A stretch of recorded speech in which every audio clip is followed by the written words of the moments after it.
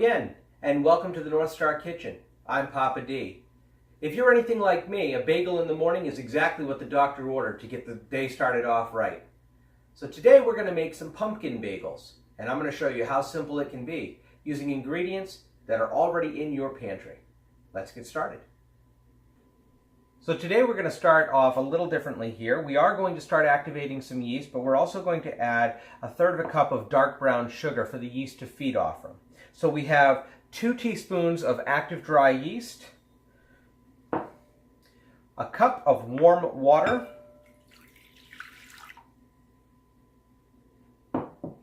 and 1/3 cup of dark brown sugar. And we're just going to stir that up just a little bit to get everything nice and dissolved.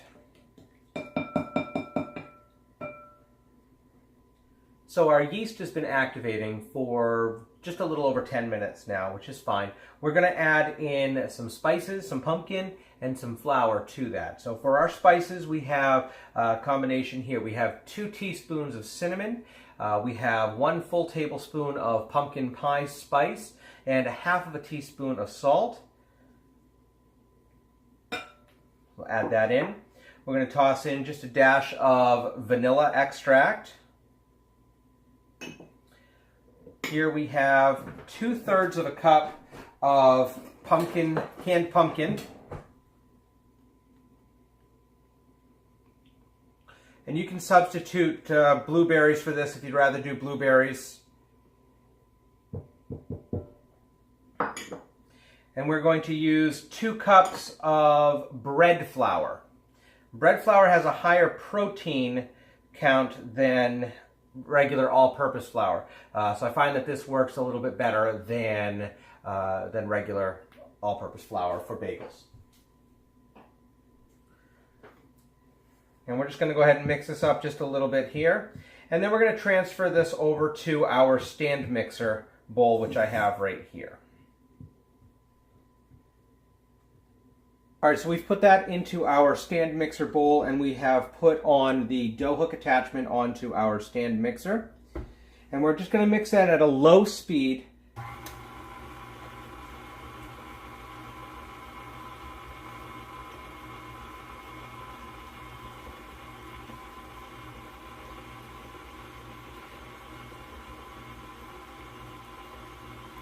Now while that's mixing, we're going to add in another cup of bread flour.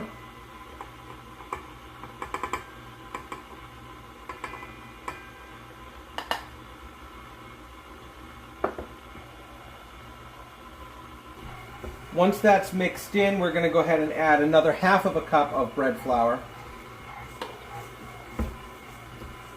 And what you want to look for is that the dough should not be sticky, but rather should be rather smooth and elastic in texture. So after we add in that last 1/2 cup of bread flour, I'm going to nudge this up a step here.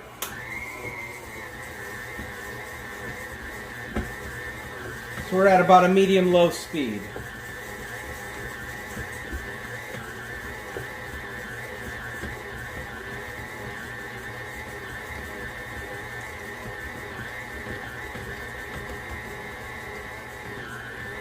And we're going to mix that, like I said, until that is smooth and elastic. All right, so that should only take just about maybe 5-6 minutes for it to mix and get to about that consistency is what we're looking at here. What I've done is I've taken a mixing bowl and I've oiled the inside of it here, just a butter spray that you can get. We're going to go ahead and put the dough into, it's a heavy dough, into the oiled bowl. Okay, we're going to turn it once to make sure that everything is covered with oil. And we're going to cover it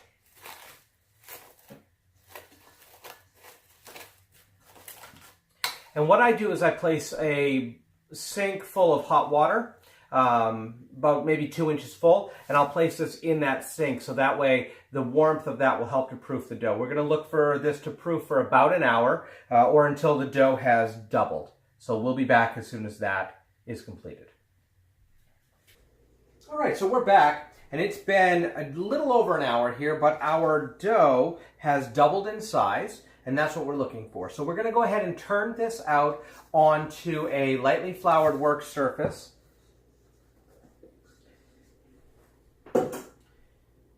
And we're just going to go ahead and punch the dough down here a little bit.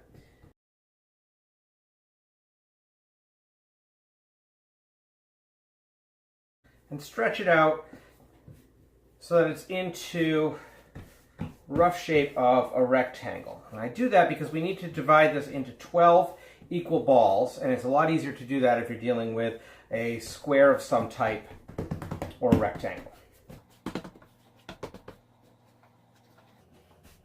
Now we're going to take our pizza dough roller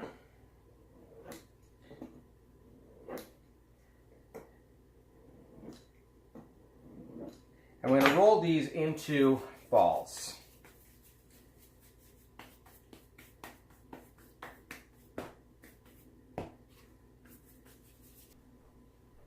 So now that we have all of our dough separated into 12 balls, we're going to take each one and we're going to roll it out into approximately an 8-inch rope. Try to make it as even as possible because this is going to form the ring of your bagel. So we have it just about like this here. We're going to bring the ends together and we're going to pinch and roll.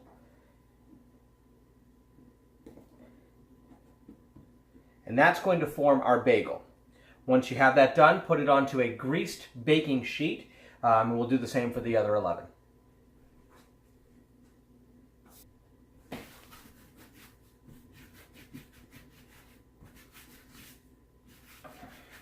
Last one here. Start from the middle and work your way out is always the best way that works for me anyway. Just rolling and pinching these so that it becomes one seamless, or try to be a seamless, circle. We're going to put those on a greased baking sheet here. We're going to cover them up and let those rise for about 20 minutes. So we've let our bagels rest for 20 minutes, and in the meantime we've gotten the oven heated to 400 degrees Fahrenheit.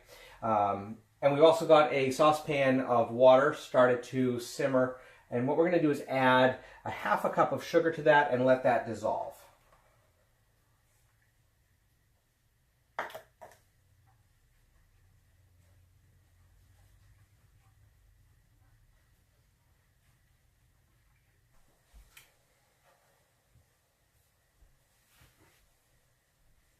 And we're going to do this for about 45 seconds for each side. Be very careful on how you put them in so you don't end up splashing and hurting yourself with the boiling water.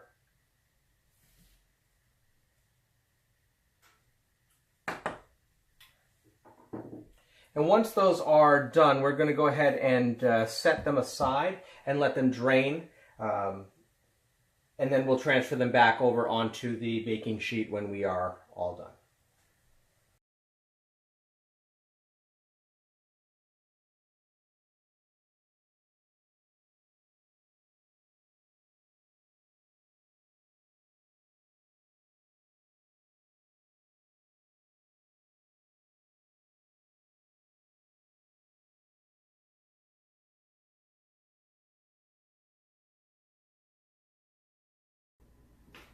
So here we have all 12 of our bagels. They are sitting on paper towels. They've been draining, they've been drying for about 5 minutes now. In the meantime, I went and grabbed a medium-sized egg and just whipped that up a little bit, so we created ourselves a little bit of an egg wash. So we're going to go ahead and top each one of these with the egg wash.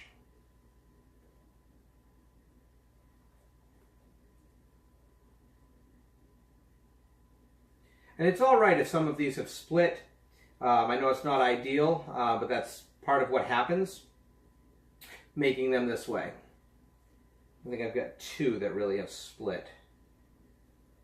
They're going to taste just as good anyway.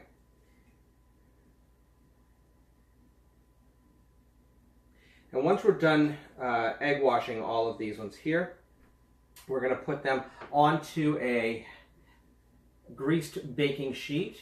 You can see they kind of stick a little bit here.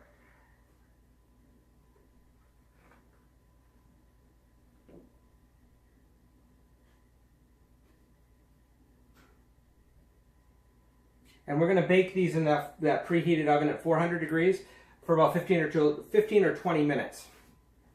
We're going to let them cool on a wire rack, and we're going to have some beautifully done pumpkin bagels. So after 18 minutes, we have bagels ready to go.